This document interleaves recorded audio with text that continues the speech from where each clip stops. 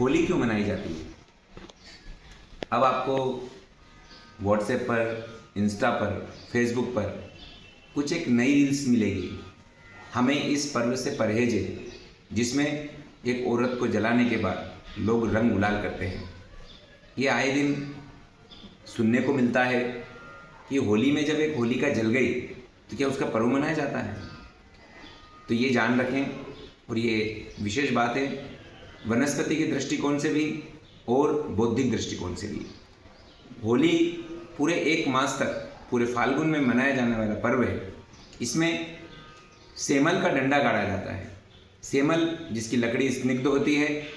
प्राचीन काल में हमारे सनातन धर्म में जो लोग चूल्हा जलाते हैं, जो चूल्हे की परंपरा थी, अब तो चूल्हा बहुत कम जगह रह गया है, तो उसमें होली की जो आग लेके आते थे चूल्हे में, वहाँ आग पूरे वर्ष भर रखी जाती थी। अगर उसमें कोई औरत जल गई, अगर वो अपवित्र है, तो उस आग को पूरे वर्ष भर कैसे रखा जाता है? ये बौद्धिक बात है। और ये बात बताइए कि वह प्रतीक किसका है? कहते हैं हिरण्यकश्यप की एक बहन जिसका नाम था ढूंढा, उसने ब्रह्मा जी से वरदान प्राप्त किया था कि जिसको भी वह जलाने के लिए गोद में बिठाएगी वह जल जाएगा। लेकिन भगवान का कृपा पात्र श्री प्रहलाद जी जब उसकी गोद में बैठते हैं तो वो जलते नहीं, अपितु वही जल जाती है।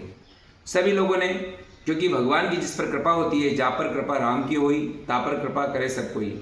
एक छोटे से बच्चे को वह ज्वलंत अग्नि जला नहीं पाई, तो पूरे नगर में रंग गुलाल मनाया गया कि धन्य ऐसा भक्त जो होली के उस दुर्दांत अग्नि की लपटों में जल नहीं पाया और बच गया। तो यह रंग गुलाल किसके लिए है? ये भक्ति का गुलाल है। लेकिन हमारे देश में बहुत सारे लोग रंग लगाने से परहेज रखते हैं।